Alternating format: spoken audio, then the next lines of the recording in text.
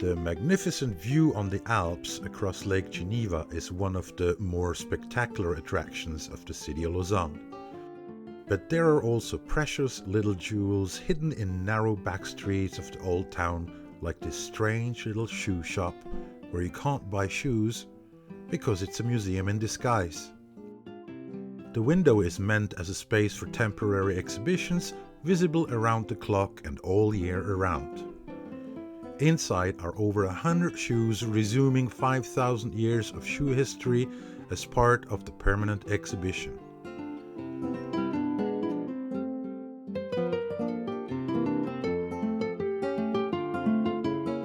Visitors can touch and handle the object and inspect them up close. Needless to say, it represents an interesting museum visit for the visually impaired. Every item on display is a reconstruction made within the museum itself and part of a constantly growing collection. The initial motivation behind reconstructing is to acquire a better understanding and to preserve and revive the immaterial patrimony of ancient know-how. This implies using technical means available back in those times. Therefore, we use reconstructed tools based on archaeological discoveries such as Neolithic, Roman, medieval, Renaissance, Baroque, and modern tools, and most importantly also the appropriate kind of lasts.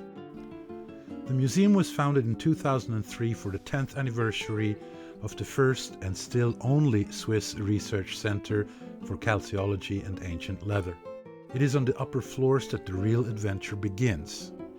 The investigation starts while cleaning the fragments by the expert herself, so she can spot indications that only reveal themselves under a film of water.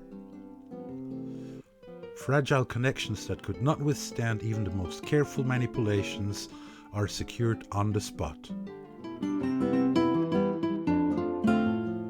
Each fragment is drawn accordingly to a special registration method based on an established norm, highlighting the various stitch marks and traces in order to secure important information.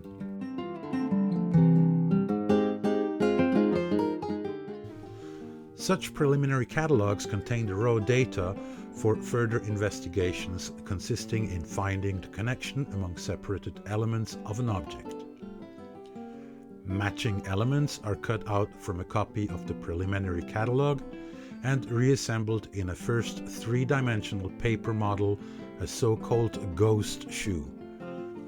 This allows determining missing parts and the making of a cutting pattern for later reconstructions with the appropriate means of production. The cut-offs are a bonus. Sometimes they offer an occasion to identify leather scraps found by the archaeologist. Last but not least, those reproduced shoes can be tested in the field. The backup for the expertise and dating is our low-tech database, a collection assembled over nearly 30 years of all possible extracts of publications, grey literature, personal informations and art history references, sorted by dates and shoe type. No matter the size of the museum, it's worth a visit, and it certainly will last longer than a 4-minute presentation. Okay, we'll work chronologically. So the Roman collection starts, of course, with the copies of the Camaccio shipwreck, which is below Venice, and this is one of the ladies' sandals. And I personally just think this is a beautiful, adorable sandal. And you'll notice, I don't know if I'm still in focus, there's 2 layers of leather, and you'd think that they would be glued together, but there's actually a thin sort of tunnel stitch that holds those 2 together. So very, very sophisticated. I think you could buy that today in Rome or Milan, and nobody would notice that it was over 2,000 years old to fashion. Our famous Caligay. And this one is from Mainz. So when I started to work on these Caligay, I'd seen some of the ones from England, and I had at the same time seen tools and things that didn't make any sense. And the thing that impressed me the most was, of course, you have these perfect angles, and it's literally impossible to cut that with an ordinary knife. And what we discovered was that this little ninja tool is often described as a pottery tool, but I've done pottery. I did 6 years as a professional pottery, and I would never take this to the clay. It is deadly. It is absolutely ninja sharp, but a tool will tell you how it works. And here you can see it goes into my hand like that. So I got my little ninja stabbing, but what it does do is go stab into a block of wax through the leather, and that's how you get through leather that is 3 to 6 millimeters thick. You can get an absolutely perfect corner. So that sort of experimentation is really, really important for my work. I'm still scared of that knife. It is a scary knife. There's always that great myth that the Romans wore these caliga with just their bare feet and so on. But here we have with the soccus. And so that's a separate light leather shoe that fits in. You can also, and I had to learn about socks because people kept asking me, yeah, but didn't their feet get cold? So this is after the Chancelleria sculptures. It's a sock done with nalbinding because, of course, knitting is not till the 10th century. And this has been tested, and it's amazing. Though your feet, your toes and your heel, the part that wears out, though they're exposed, as long as the upper part of your foot is covered, it stays warm. And as long as you move, this has also been tested by people in the snow. As long as you're moving, you're fine. You stand still, you're going to be cold. And just because we have to be cute, there's the teeniest one, baby shoe from Bordeaux. Yeah. It's really teeny. Is it seeing good? Yes. Yeah. We've got 2 babies watching, so. Yeah, so yeah, we have lots of children's shoes. Collection. I have quite a big collection of shoes that I made. I made a pair for me and a pair for Salzburg in Germany, near Bad Homburg. We did an entire shoemaker shop with all the tools, with everything, just as if the shoemaker had walked out. So I have a big collection from there. One of my favorites, it still has to be one of my favorites. This one from Salzburg. And you look at it and you go, oh, that's such a cute little kid shoe. That is so cute. Look at how cute that is. Oh, it's so cute. It's cute. It's cuter than you think. Because if you look at it, I can get it here right, there's a butterfly on it. So you've got the antennas, the wings, and the lower wings. And so this butterfly theme, we know it was with the women's, we know it's with these, with the wood ones. When you lay that out flat, I showed the profile, it makes a big butterfly. And so this butterfly theme of the shoes, I don't know how I'm going to do this one. Let's see if I can do this. Oh, I can't. I got to take it off. Sorry. So this is my pair of shoes from Carlisle, and I wore them to walk the Hadrian's Wall. And they've also got the butterfly. You've got the big squares and the little butterfly antennas, and then the lower parts are the lower wings of the butterfly. So once you see something hidden in these Roman shoes, then it's like, it just keeps showing up, So we had the butterflies, and we have, next, we of course have the famous one from Bar Hill, which is the crane, which was the symbol of the 2nd Legion Italica. And so that's on that shoe from Bar Hill. We know they were stationed there. Give you one more. This is from Salzburg. This is the famous golden sandal. And you can see, I mean, you feel like there's something here, right? it's got to be something. And it took me a long time. And it was actually a visit to Newcastle where I saw a little brooch that was claimed to be an owl. And I thought, what? An owl with little teeny eyes? Actually, you've got little teeny eyes on each side down here. This is the beak, this is the cheeks, and that's the tufts on the top. So that took me a long time to find out that was the owl. But that's what I love about the Roman shoes, is there's all these images hidden in them. Another place where I have had the chance to see and make the copies has been Vindolanda. So this is one of the most beautiful shoes from Vindolanda.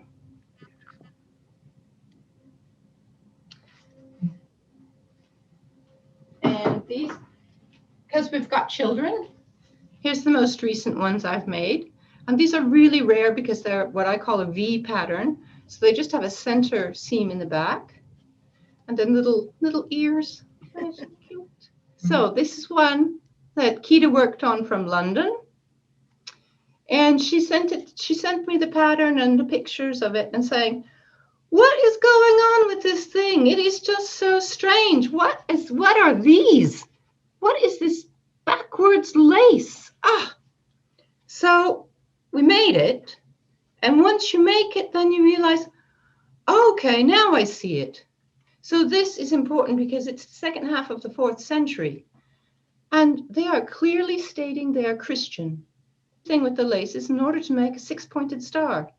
So they're overtly saying, I'm Christian and I'm proud of it, or at least their parents were, because it's a child's shoe. Yeah, I don't know. Is there any significance to the butterfly? You said there's a lot of things with butterflies. What's the significance of the butterfly, if any? I haven't found anything in Roman text or literature or anything, but we have it visually, and it's also in Pompeii. Yeah. There's paintings of butterflies, and they're little squares with X's through them, just like on the shoes. So their vision of a butterfly is different than ours. But I mean, butterflies are traditionally in many cultures associated with women because they're pretty, I guess. Yeah. The Native Americans, a butterfly dress is a very important Sioux regalia. So I don't know, probably, yeah. Well, I just want to show again about doing when you make the object. It's nice to study an object. It's nice to have the archaeological fragments, but you can't really experience the object. So this was one of the articles I wrote for the ALG newsletter. So this is one of the foluses, and you can see it's heavy. And then this is the one that looks like a folus, but it has an internal division and it lacks the ability to sit flat. So then you can say it's something different. And the one that was the most interesting, I think, was this one, which is, of course, based on finds from Carlisle and Vindolanda with the little tabs. And at first, I thought this was a personal object, something for a soldier. Because the other two, you can close them and put a sort of sign on that says how much money is in it. And it was with these little tabs that I realized, you put the string through there. This is a 1 libra. So it serves the same function as the folus, but for a smaller amount of money. And when you actually have the things, you can look at them and you can go, actually. And that just doesn't seem to happen when you have little teeny fragments laid out in front of you. So that's those. Let's pop into the early Middle Ages. Again, when you have a copy of it, so this is from Celfandrel Murray, 5th century, but if we look at that and we compare it, I'll compare it with something. If you compare just how it feels, how it looks, how it's made, this, if it hadn't have been found in a securely dated context, we would have called it 3rd or 4th century Roman. And it's not, it's 5th century. So when you have that physical object you start to make connections that you wouldn't be able to make otherwise. So that's our fifth one. Of course, something like this, and this is of course thanks to Keita Mould and Esther Cameron. And today the series, I believe, starts about Sutton Hoo. Here are his shoes. And we can see that is completely different from what we just saw from the 5th century. So the only thing we didn't have 100% reconstructed was the back heel. We don't know if it pointed up or not. So when you're watching the Sutton Hoo story tonight, you'll know what was under the big silver dish. This was. Another site that's contemporary and not yet published. So this is stuff that nobody has seen yet. This is a shoe from a grave at the church, the cathedral now, of Saint Denis in Paris. And there are late 4th, 5th, 6th, and early 7th century graves. And this is from one of the late 6th century graves. And if you look at it, you're going, but that looks just like, especially this little thing, this looks exactly like those Coptic shoes that fill up the museums forever. And you know, it probably is. But the first one found on European soil. The native shoe is this little guy's. So you can see they've got little noses that pop up, tall center backs. And the thing that was really fascinating is they've got these laces at a big round open space, and the laces are actually cut as a circle, 2 circles in the center. And that's where we get the long lace. Because it's a one-piece shoe, we can have it's connected here in the back. When that lays out flat, the only place the laces can come from is this center part.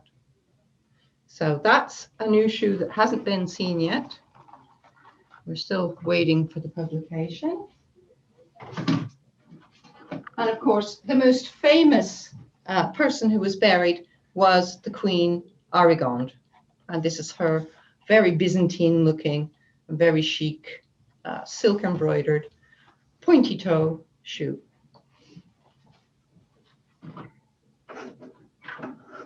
Something that all the women seem to have been buried with was, of course, a pigseed.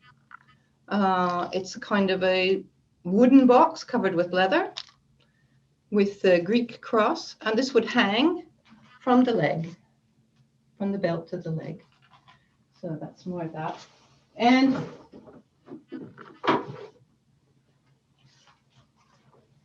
the big belts that the ladies were wearing. So this is pulled silk with little, I'm really not sure if that comes out very good. But that's a technique with small cords inside, pulled silk, and then they would have worn it actually, now we realize, quite high up here. And there are several from that site, as well as a few others from, this one from Germany and another one from France. So here's our Burl's comb shoe. That one made all the newspapers, they were all excited that it was prehistoric. They did the carbon 14 and found out that it was actually from the 6th century. And then all of the publics kind of was like, oh, well, it's not so old. But all of us people who study archaeological leather were going, oh, that's more rare. We have much more prehistoric shoes. 5th, 6th century, that's the most rare. But the public didn't seem to catch on that actually this is much, much more important than the Iceman shoe. Then we can go, we have that problem that there is not a lot of finds from the 6th, 7th, 8th century, very rare. 9th century, we start to have shoes that appear, again, conserved in the earth. And that we'll call the Viking. You can call them Viking. And Can I just ask a couple of questions, Marquita, before you carry on? Yeah. Barbara Wills asked, do you ever find evidence of colour on a waterlogged material? Oh, wouldn't we like to know that? Actually, It's completely possible to find evidence of color if you have a special kind of electron scanning thing that determines pigments. They use it for examining paintings to tell fakes, to tell if the pigment was a modern pigment or an ancient pigment. It's extremely expensive, but extremely efficient. So in archaeology, we won't be using it. But we did have a test because someone was doing that in Dordrecht. They had the machine, they were working on the paintings, and the archaeologists snuck in when the machine wasn't busy and shoved leather under it. And the results were incredible, really incredible. So yes, we can sometimes find a way to see the pigments. Otherwise, it's generally black, but occasionally you find some brownish colors and anything that has mercury red on and stuff. So there's some of our Viking things from York, and you know, they were just obsessed with buttons. Look at those little coffee bean buttons. So I have to admit that I think that this is about the ugliest boot I have ever made. Yeah. But then again, if you think about it, somebody who has got, you know, the sort of arrogance to wear something so ugly, you're not going to argue with them, are they? I think it's the word you're looking for. So this is 11th, we go on to 11th, late 11th, early 12th century. And this is one of the early shoes that helped me to really use making shoes as a research technique, because I had over 1,500 fragments that had been conserved and then put into a flour press and then stapled to cardboard, stapled to about 270 cardboard. So every single shoe had been separated from all of its fragments. And one was fairly complete, so I made it. And after being worn for a little bit, realized that on the front lateral side, this little part collapses this way, creating a special triangle. On the other side, it doesn't do it as much. And on the back, you have wrinkles that go one way and wrinkles that go the other way. This allowed me to find every single fragment that had this fastening to say, this is the lateral side of the shoe, this is the medial side of the shoe. And in the end, I was able to repiece together over 130 shoes that they had no idea that there were that many shoes complete. But it was through making it and seeing the wrinkles and then re-identifying the wrinkles on the archaeological leather. And just because we got kids, this is from the same site, Basel, Petersburg. And it's just beautiful, precious. And then you hear medieval historians who say things like, well, in the Middle Ages, child mortality was so high, people didn't care about their children. This means this is a historian writing in his office, being annoyed by his children because nobody makes this for somebody they don't love. It's just, it can't be any other way. And of course, when you go to the 13th century, we've got that also. It's just like, we're so cute. Yeah, that's beautiful. I mean, you can just see them running around with it. So one of the things that is amazing about doing a reconstruction, not only the technology, learning that, but here we have two shoes that look absolutely identical. They both have got the little tailed knot, little tongue, but this one has the tongue added and this one has the tongue integral. If I flip it open, you can see that that tongue is part of the upper and it's joined in the center. So when you see this one flat, you go, I have no idea what that shoe is. But if you make it, you realize, oh, it's just another one of those. So that's very typical 13th century shoe. So we go into the 14th century, and of course we have our poulains. And the experiment that was done at Dordrecht about revealing the color of the leather, because June Swan has said for 1,000,000 years they had every color possible. And those of us handling archaeological leather were going, no, we don't believe it. But June was right, as always. And so now my idea of what to put on as color has changed. So a few years ago, I would have never dared to make this shocking, horribly red poulain. But now I'm feeling better about it. I'm in the same, one of the colors that was quite constant among the Dordrecht finds was a copper oxide green, which is what we have here. So a few years ago, I would have never dared to put such shocking color on archaeological leather, but now it's like, yeah, actually, that's okay. So the experimentation has changed how we think about things. And this one is a Swiss find, and I'll show you the beautiful leaf on the front. And this is that extremely rare technique where you scratch away the background and then you can fill it with a color. Very cute little kid shoe. We know from literary sources that the Romans were having colored shoes. There's no doubt. And we have the recipes even from Pliny and everything. So there's real no doubt. It's just the difficulty is the expense of doing the analysis. But with Romans, it's very clear. There's a whole section about how to make the copper green, how to make the Atraman Sutoris, that is the shoemaker's black, which we also found again in Dordrecht, and mixed with chalk. Chalk has a buffering agent because you use iron and vinegar, which is then too acidic and destroys your leather, but they buffer it with chalk. So. Okay. And do you have gold and silver foil on shoes as well? I've had a few, yeah, actually. Very rare.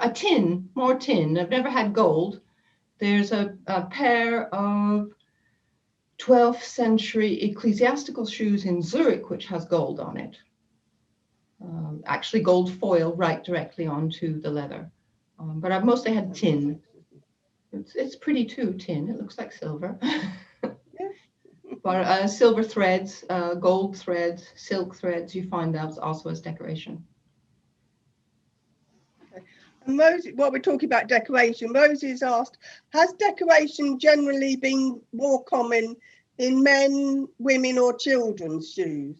Among the Roman shoes, we have just as many decorated shoes for men as we do for women, and actually sort of a gray area in between. In the medieval period, especially the between the second and the third wave of the plague, the men's shoes are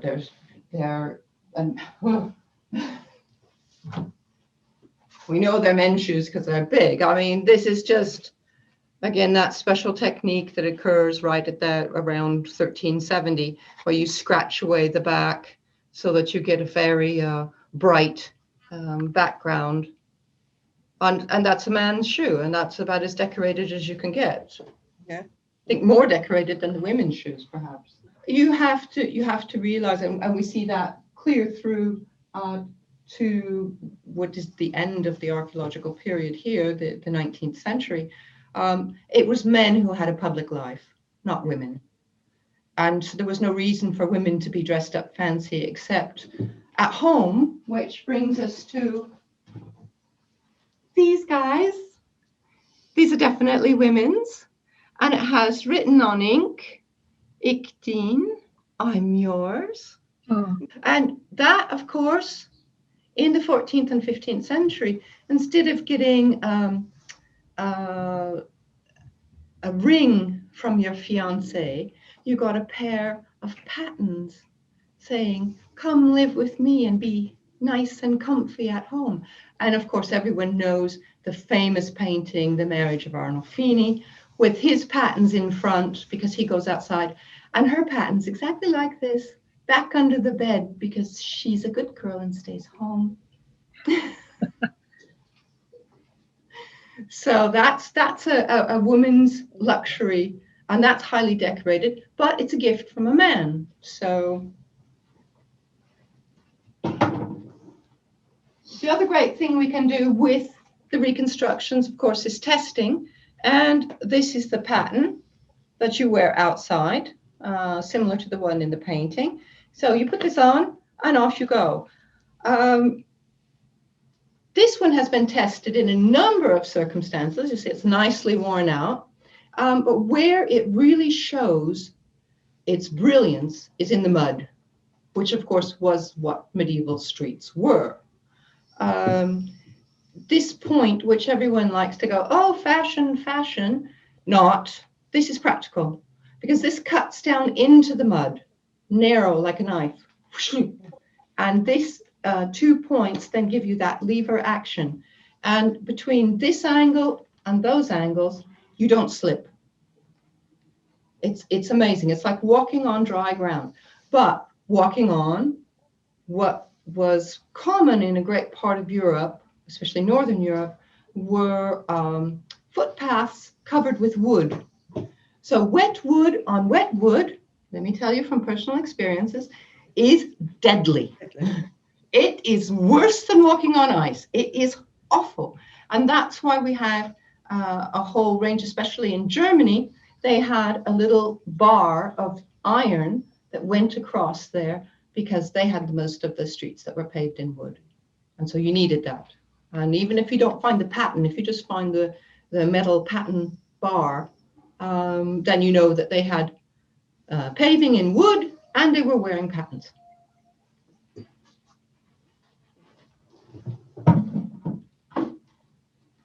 So in the very far corner is medieval objects.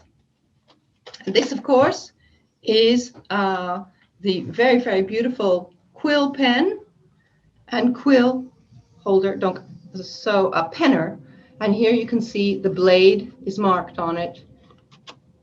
And that's where the quills would go. Patterns. Okay, question on pattern. They were not to protect shoes from the early pavement.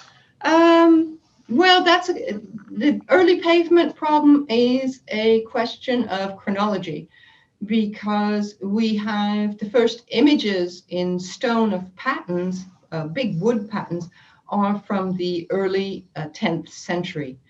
And we can sort of follow the pattern development. I haven't made a lot of patterns for the collection because you can see I don't have a lot of room.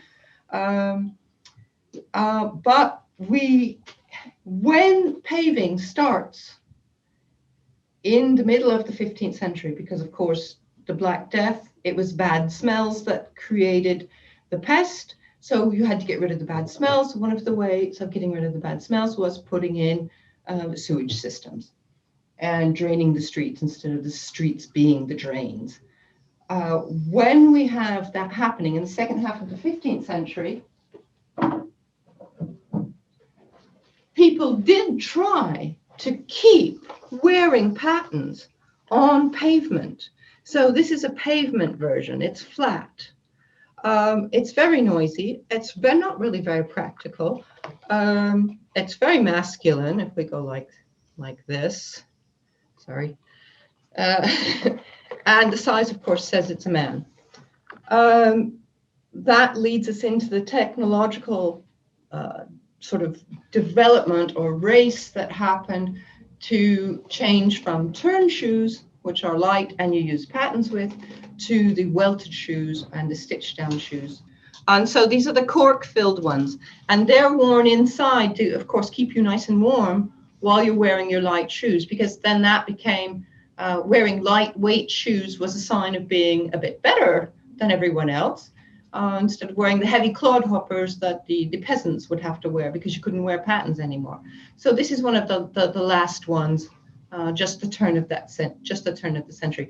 And that technology to make a covered cork pattern, so we've got an insole, we've got a little band of leather, and then we've got a sole sewn on. That sort of mentality, because this is made right side out, That was then, at that time, at that 1490 to 1500, 1505, that was taken by the shoemakers to make the welted shoe. So the technology for the cork-covered patents is at least from 1400, 1410, and used by the patent makers. And the shoemakers didn't touch this technology. And then suddenly, when there was a real need to make the heavier shoes, more robust shoes for the paved streets, then suddenly, boom, the shoemakers were allowed to do it. So, and then we get, of course, everybody's favorite Tudor shoe. So, and there we've got on the inside, you see nothing.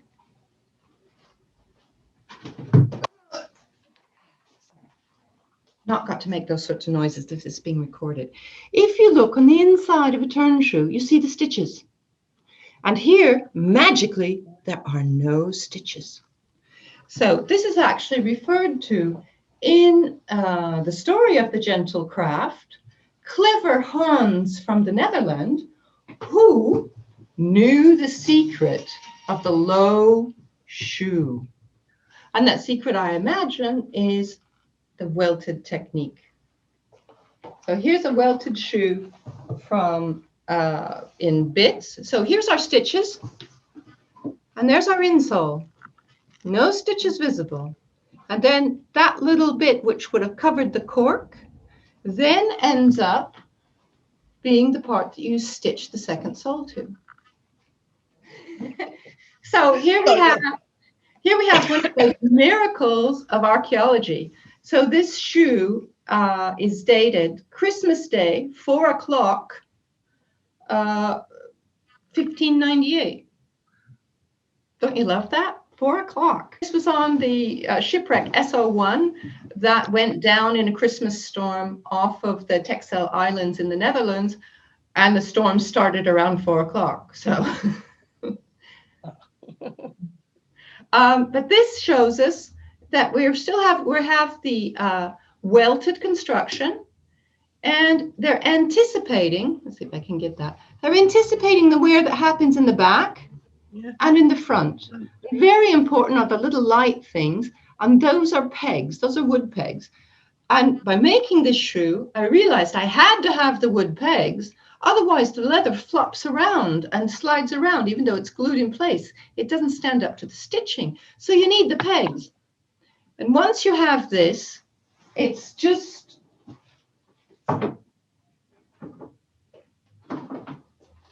basically almost a week later, well, you can start to have sort of a compensated lifted heel, again with the pegs, and then they've left them off the front. So this is the turn of the century. And within the first 10, 12 years of the 17th century, you just take and do those pegs and you stack up that leather and you've got your heel.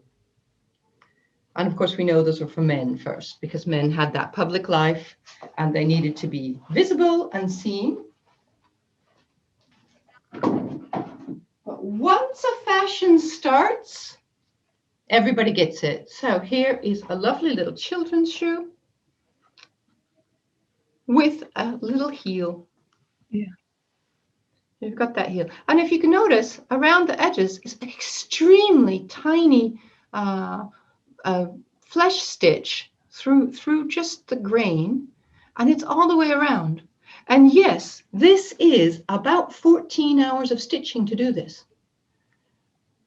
And so when you make a copy like this and you schedule a certain amount of time to make the copy, and then you end up spending 14 hours doing this ridiculously teeny stitch, you have time to think.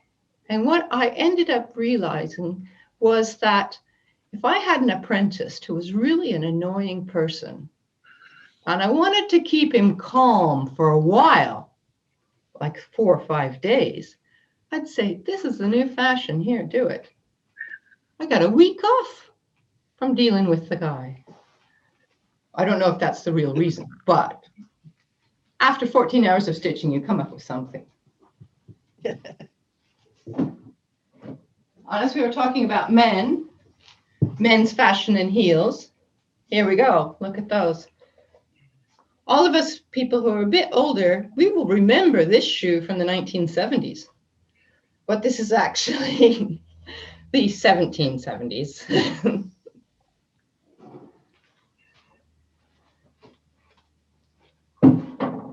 So, of course, we lose the heel with the Revolution, the French Revolution.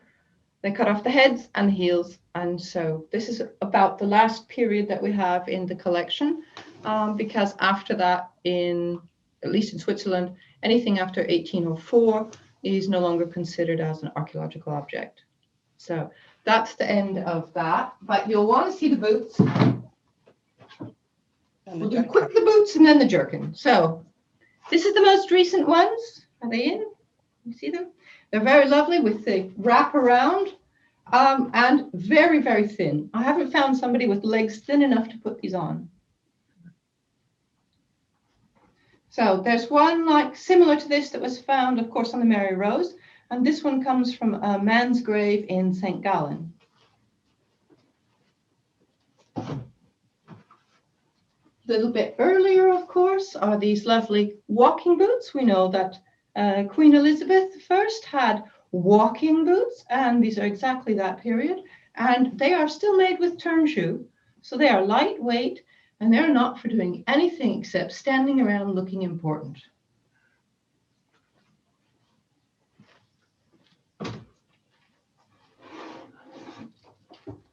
And here's our big Cavalier boots. I don't know if I can get far enough away. But this is about, to make a pair, is around 50 hours of stitching.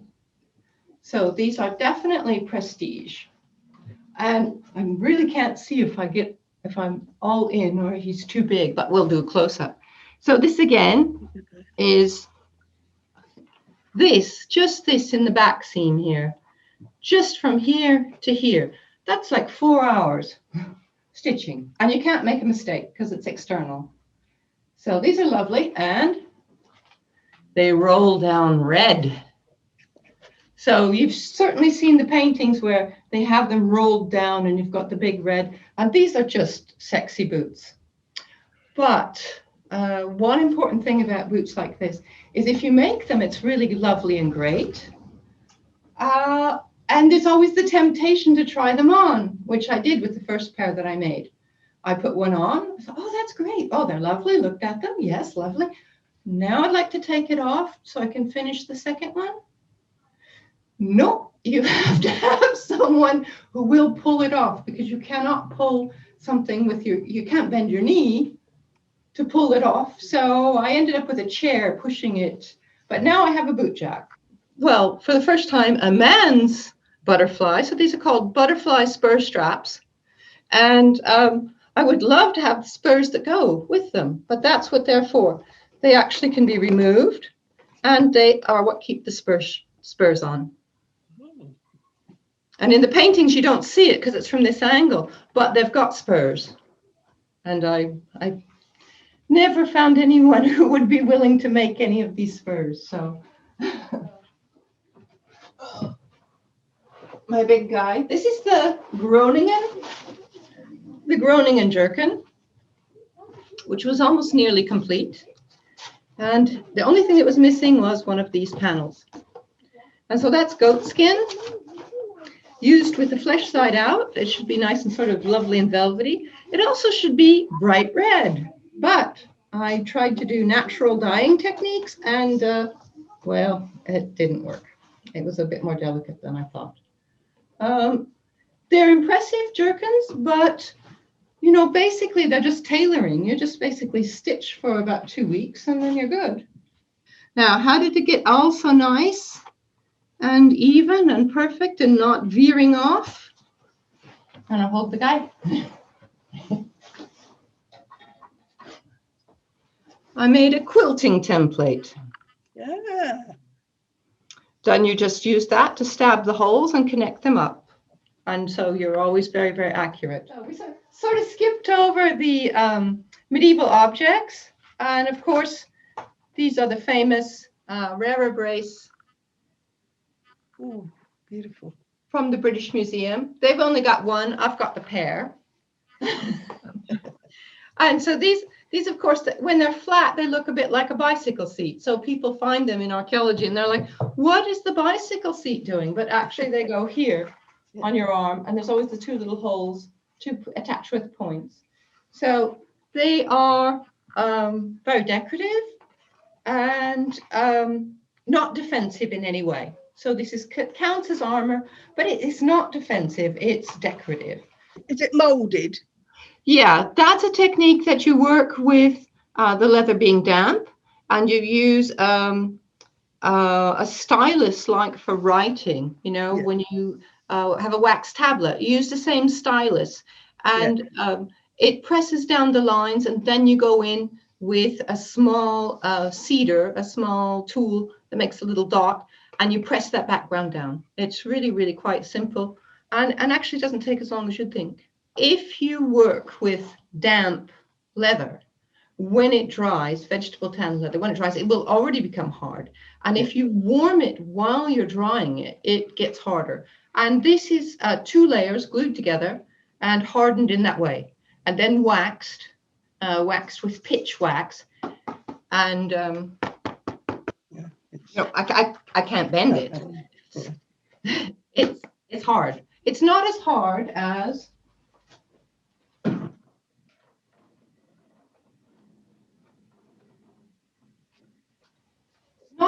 as a blackjack. No. I mean, you really can hear that's like wood, and that's heavily lined with pitch. And then these are also heavily waxed with pitch, and they've got little reinforcements underneath the studs. That's rock hard, and that is a defensive bit of leather armor. And they go on like they're a vambrace. And they're, you feel like, what's that film that comes out that happens next year? Mad Max. You feel really like Mad Max.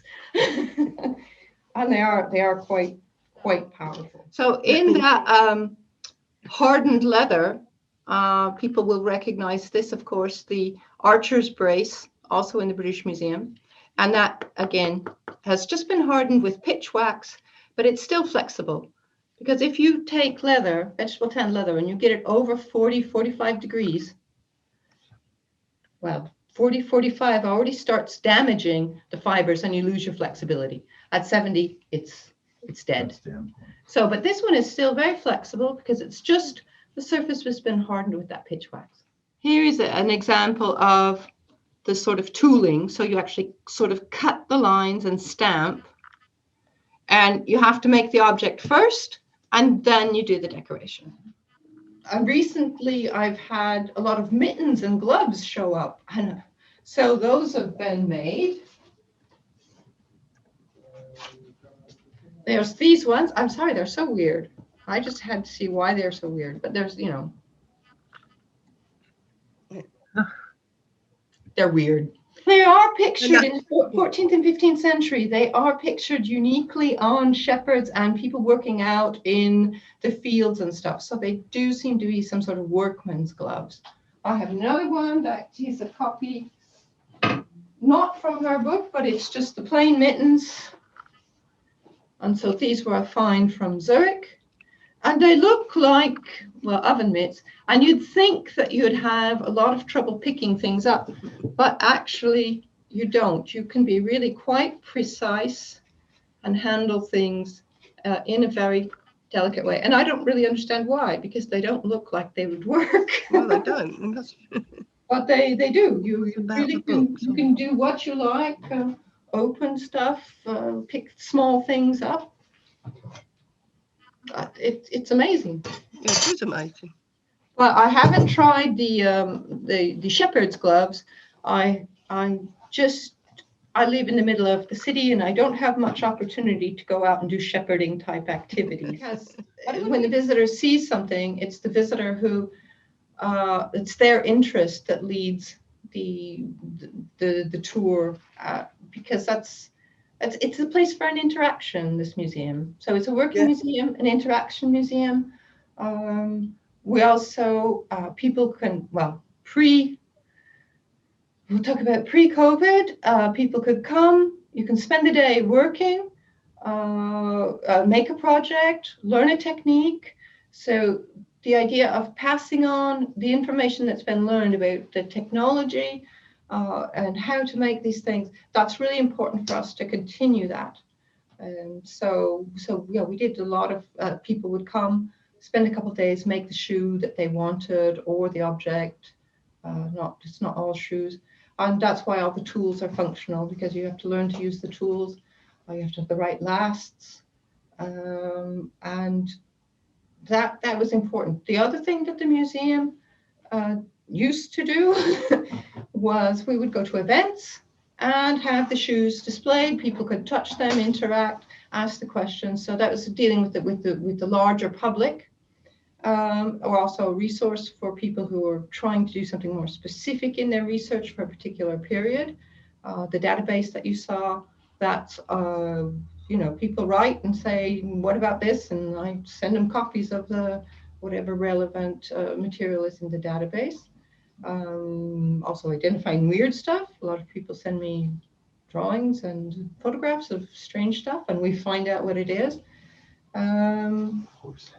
And yeah, the different armors. And something that when we started the museum that we didn't realize was going to be one of the missions of the museum was a place for dialogue. So we would give guided tours, not just for people who are interested in archaeology or shoes, but also a lot of language classes, people who are learning French or learning German or learning English can come, and because they want to know, suddenly they need to use the language to discover the information that they want. And that's been a surprise to have that sort of visit. Also for teenagers from the psych ward. Teenagers, we had a lot of teenagers who would come, troubled teenagers would come for a guided tour, and everything you want to talk about is available. What's the biggest problem when you're a teenager? It's that you feel different. Well, they felt different. This is a difference. Following fashion. Look, here's people who followed fashion. And what does fashion say about you? So you can suddenly go to these areas that are beyond shoes, that are beyond archaeology, and just be that place where people can start a dialogue. And that was not in my mind when we started the museum, but that's been a really lovely thing. People discovering that sort of place for dialogue. In 2019, we had 1,480 visitors over the year. Oh. In 2020, we had 300. And this year, of course, the Swiss museums are closed, so we have no visitors. Yeah. Though counting the 1,000+ visitors per square meter, that gives a higher average than the British Museum. Come on. Yeah. Okay, but this has really been lovely. Thank you so much, everybody who sat through this.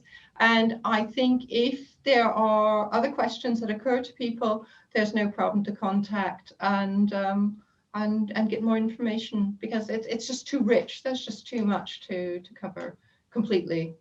Yeah, when all this is over, you can come and handle them and try them on. If you have the right size, you can run up and down the street like you saw in the video. That was somebody who came and did an interview.